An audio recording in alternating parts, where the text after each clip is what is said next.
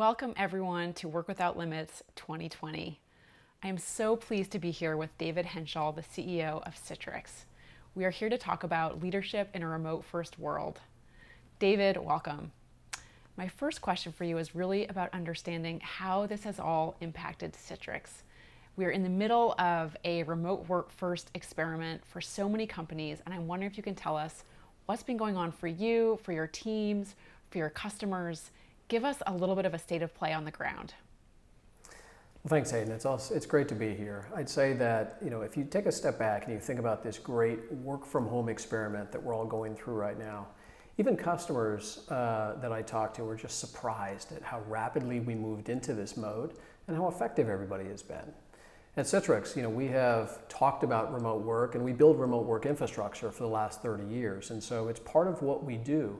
But even in our case, we generally only had 10, 20% of our workforce remote at any one point in time. And so we saw this coming relatively early in the year, back in the December, January timeframe, based on the experiences that we were having with our Chinese teams and our teams throughout the APJ region.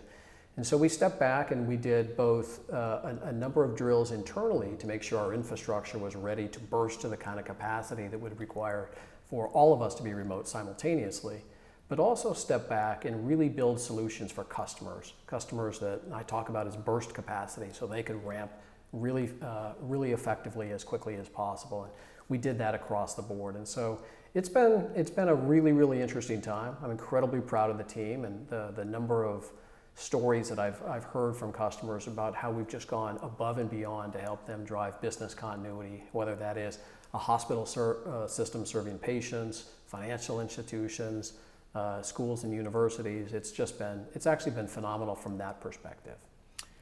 What is your ecosystem like now? I mean, this world has changed so much in the last few months. Can you describe for us between the internal teams and how you are working with partners? What has changed and what does it look like?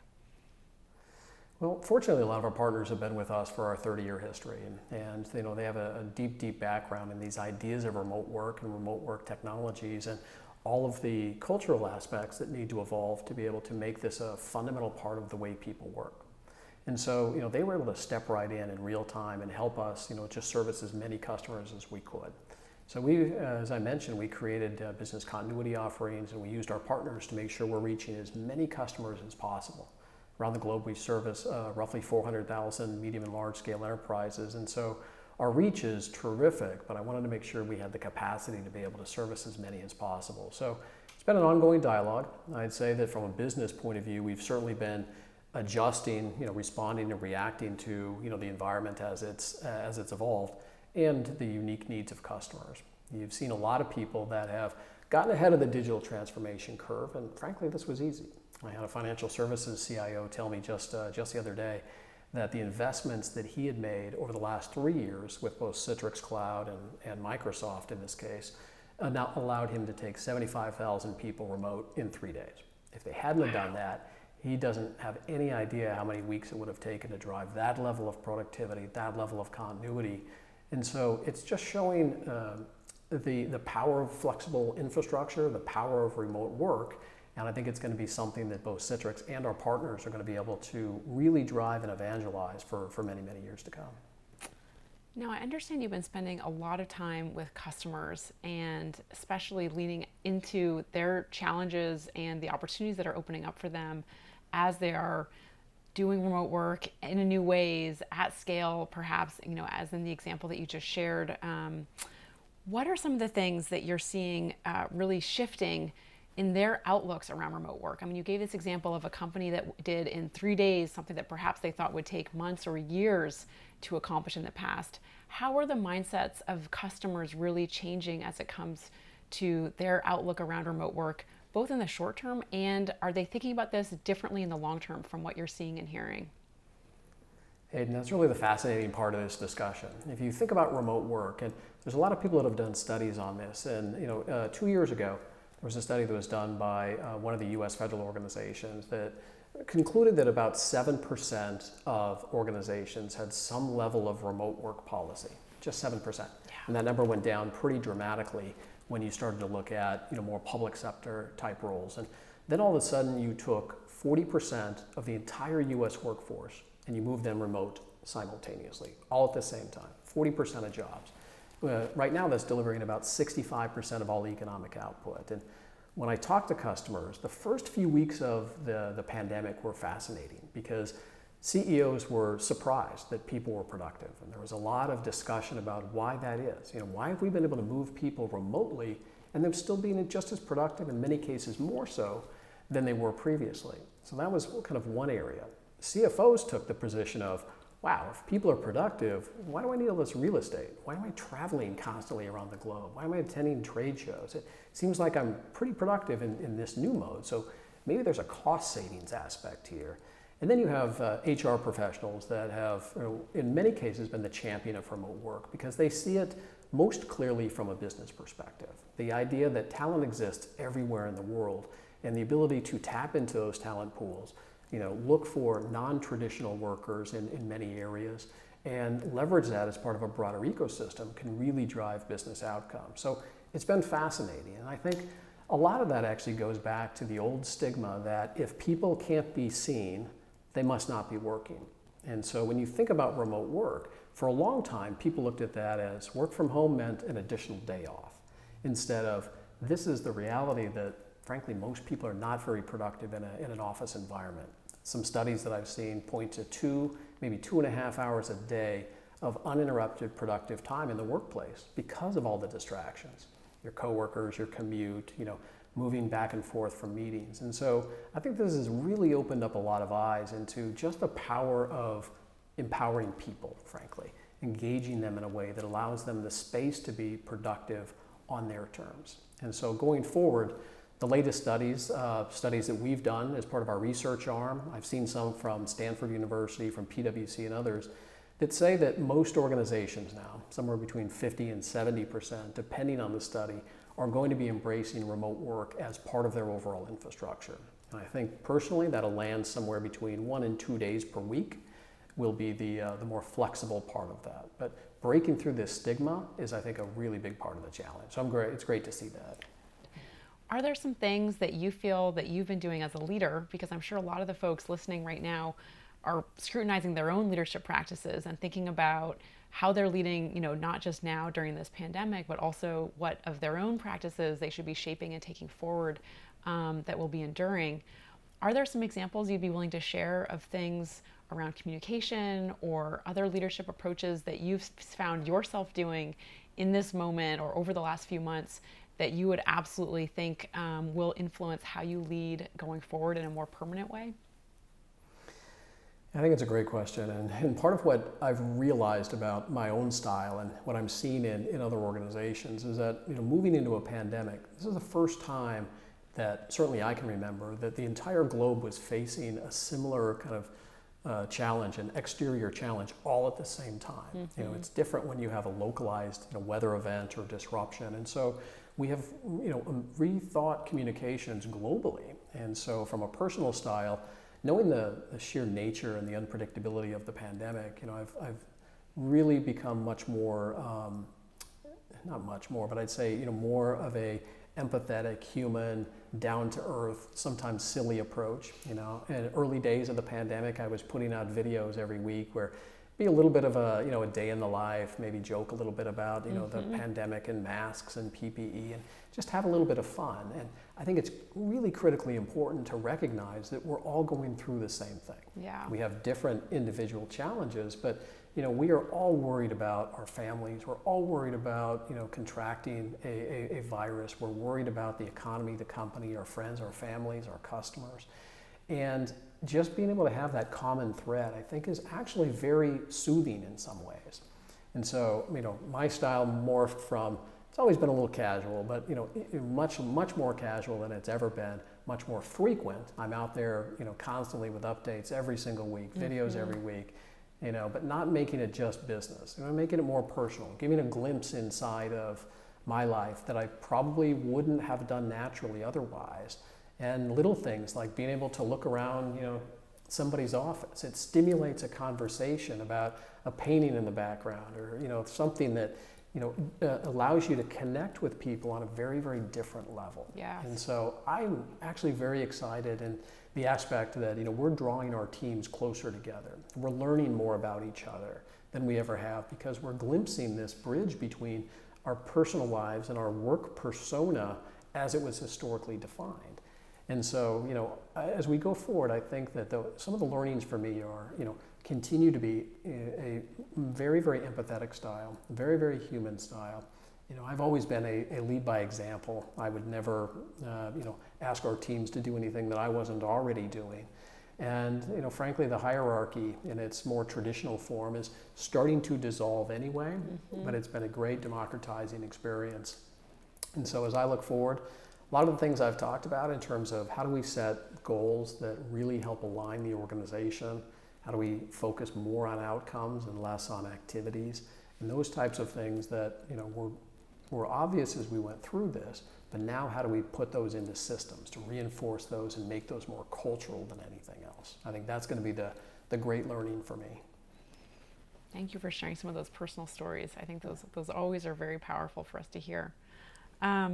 All right, I want to ask you a little bit more about organizations and really the future as we look ahead. So we've talked about, some companies are talking about the new normal, and they're talking about like, what does the new normal look like? Within Upwork, we've been really having this mantra around back to better, and this idea that we are preparing ourselves and really working towards designing a future that is about going forward into something that's better than what it was in the past, and not about returning to the old ways, but embracing something new and different. And I'm curious, what is Citrix's approach to back to better? Is it different? Is it bringing together different threads of what you were doing and things you've been doing during this pandemic? Can you describe that a little bit for us?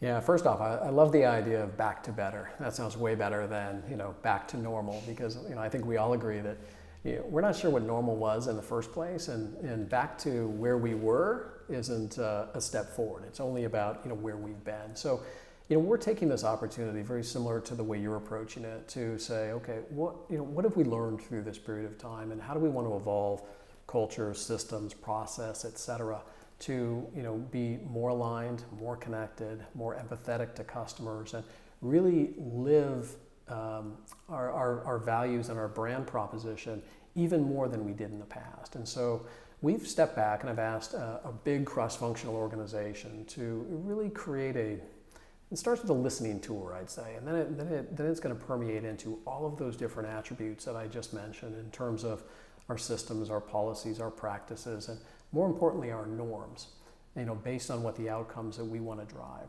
So, for people like me, I've always been a on the road traveling or generally in the office. Remote work is what I did on nights and weekends. And so, through this period of time though, I've recognized just how much more productive I am because I've got time to think, I've got time to prioritize, I have time to actually work on things that can be leveraged into more strategy, policies that have a broader reach. And so, we're going to be rethinking all aspects of remote work as kind of one bucket and everything that goes along with that. More flexible work. So I'm calling it hybrid work model, and that's where I expect us to land. We're also taking a fresh look at the types of travel that we've done historically. Now, I'm sure you're the same as I am, where you spend most of your life traveling, or at least 50% of the time, and now you haven't been on the road for a few months. You step back and you realize, there's probably a lot of that travel that I didn't need to do.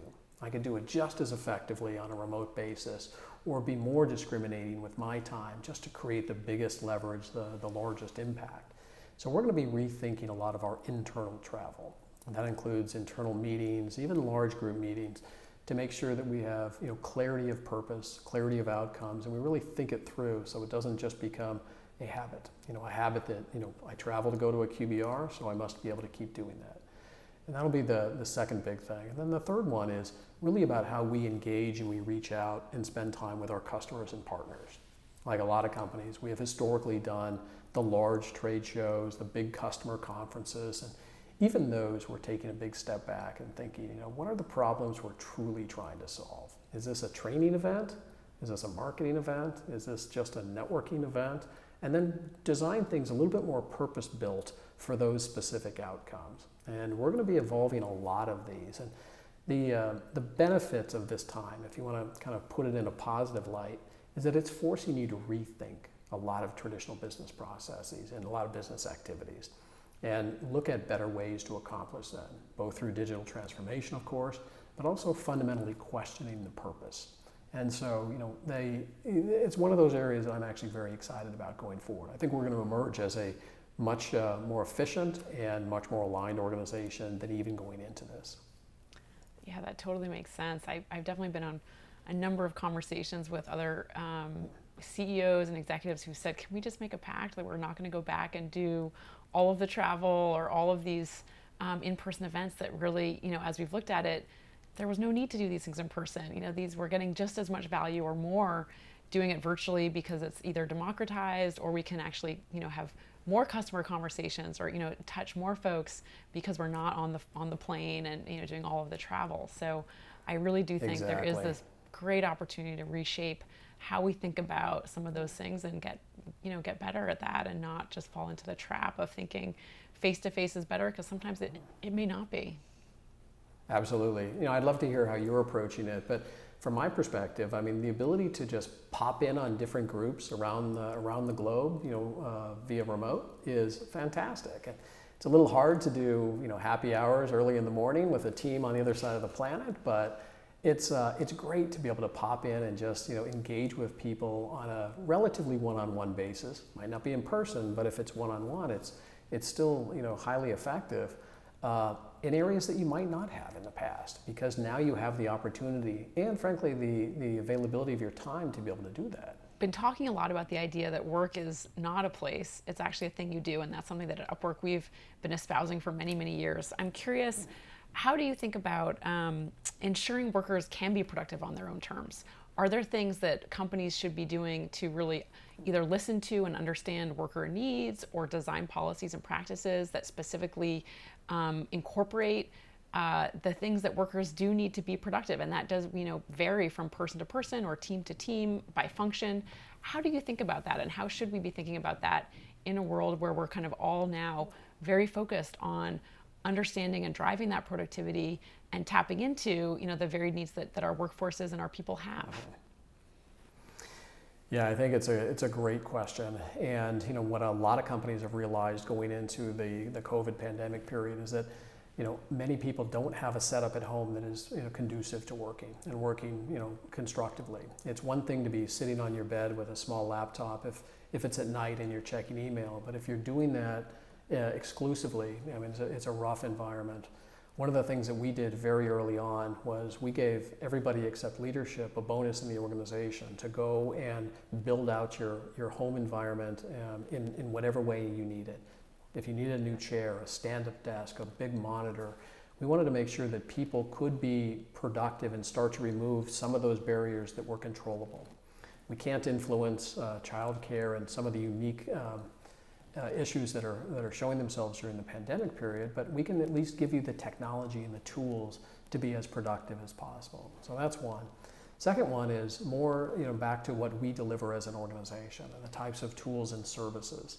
So customers have used our capabilities for 30 years really to deliver applications, all of their mission critical applications to people both inside and outside of their organizations. And we describe that more as organizing IT.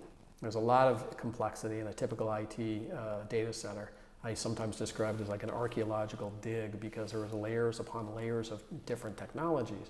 So the things that we can do to simplify and organize that is a lot of our legacy.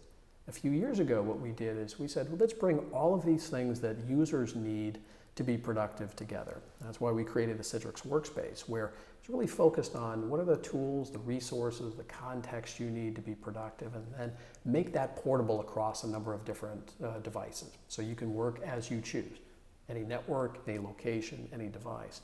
But really what's the future is how do we help guide work? How do we simplify work by automating a lot of these typical tasks that we all end up doing, removing those, automating those, or at least putting them in context so you can act on them quickly and move on.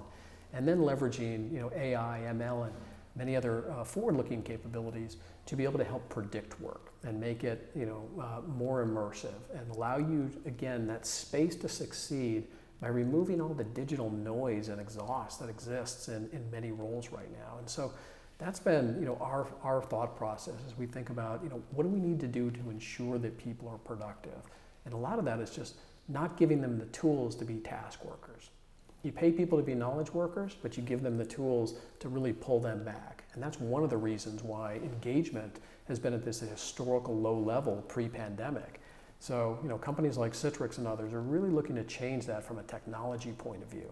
And then everything we talked about from a management standpoint and setting the right kind of outcomes and goals and alignment is going to be critical to back that up. Yeah, absolutely.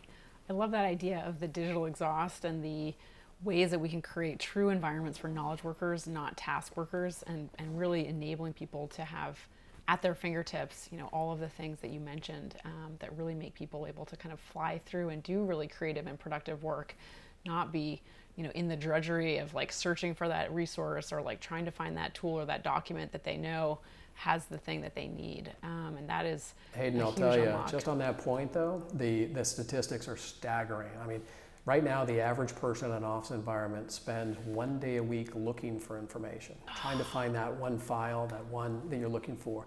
That's a day per week. At the same time, every 2 minutes, we're interrupted by something, a tweet, a text, a notification, an email, every 2 minutes. And every study will show that it takes the average person about 20 minutes to get back to what they were doing in the first place. So when you start putting these things together, it's no surprise that you've got a productivity problem and an engagement problem.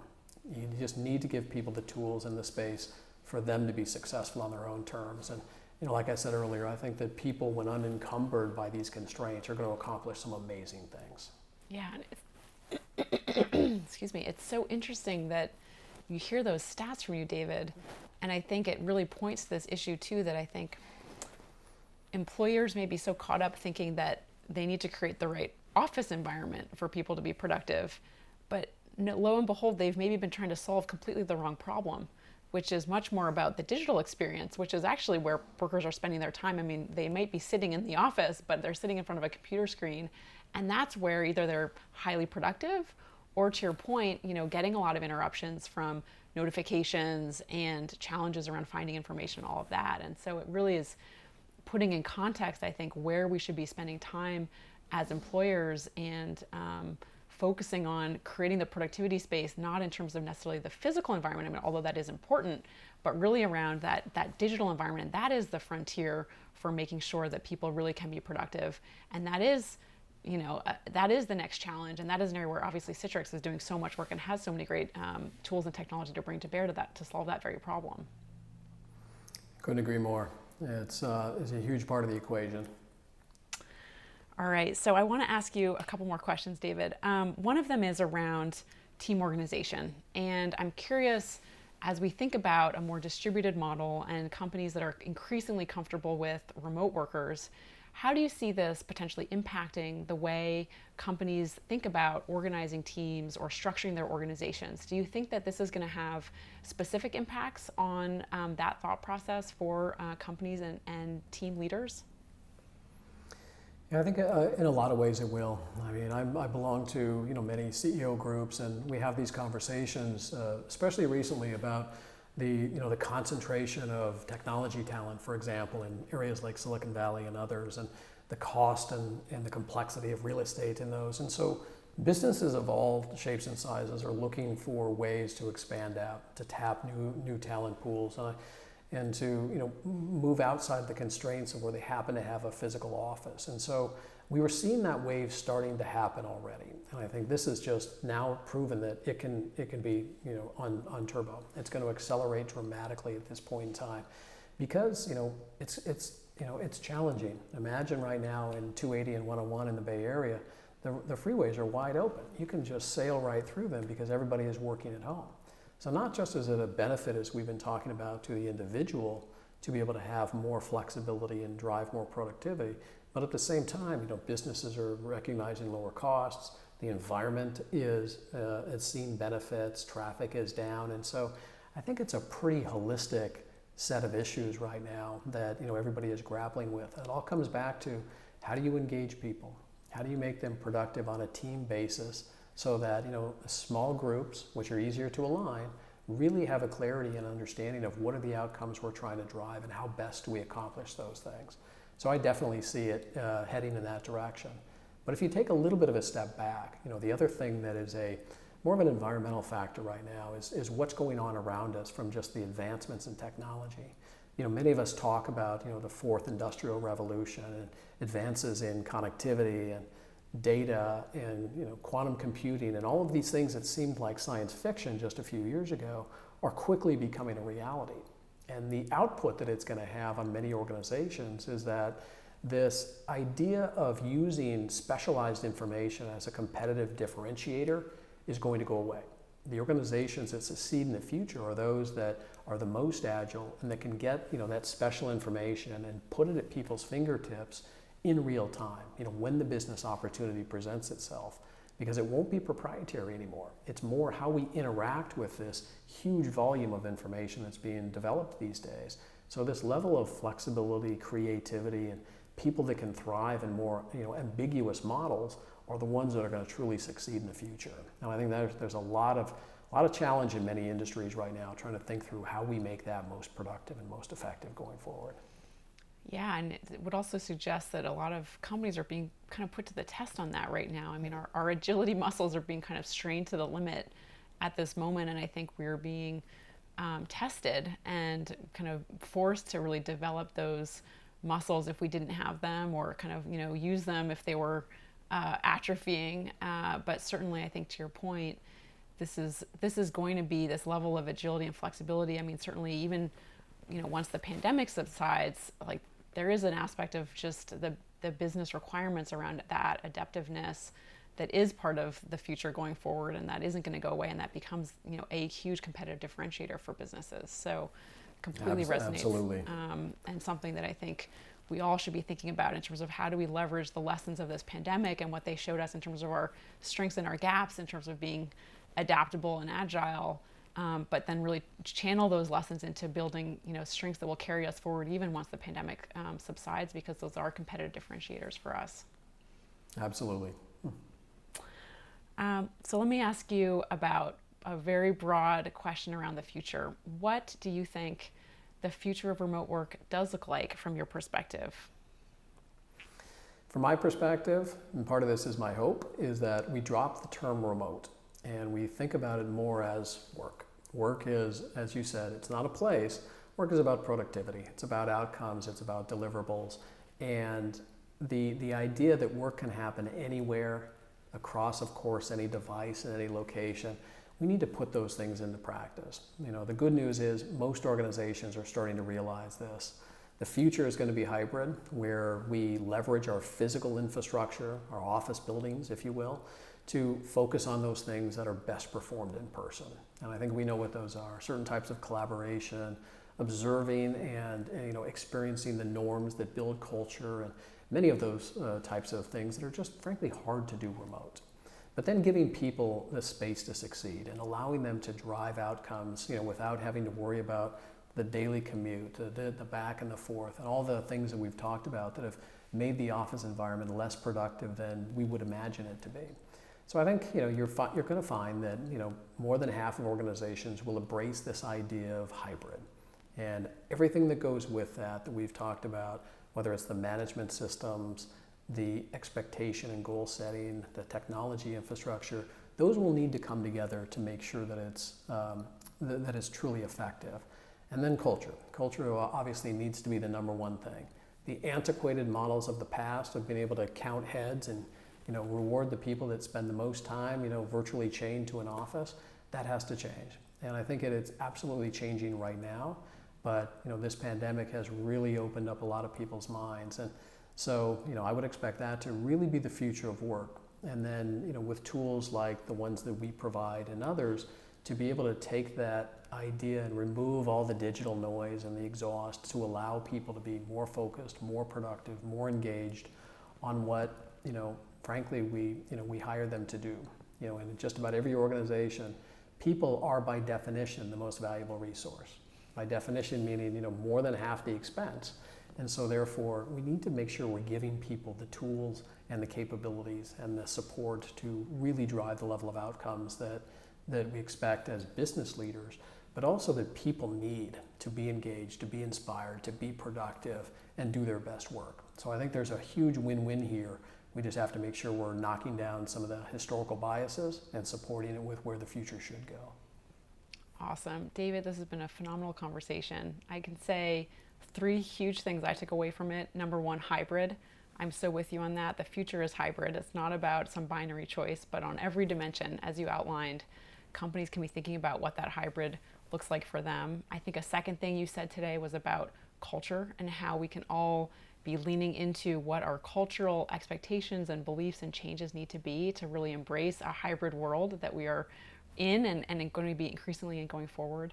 And I think the third thing you highlighted that's really powerful is this idea of solving for our digital environment and moving away from focusing on the workplace as a physical reality, but really how do we set up workers and teams to be productive in the digital environment, which is frankly where they have already existed as knowledge workers for many years. And that environment has been cluttered and unproductive for them in many ways that we really need to be solving. And there are incredible tools, including Citrix's, to really come to bear on that challenge. So 3 big takeaways that I had from this conversation, and so many more. So thank you very much for your time and for sharing these thoughts with us today. It was fantastic to dive into the future of work and what's ahead for all of us. Thank you. Thank you so much for having me. Great conversation. It's obviously something I'm super passionate about. So love to talk about it and love to follow up with you anytime. Awesome. Thanks so much, David. Thank you.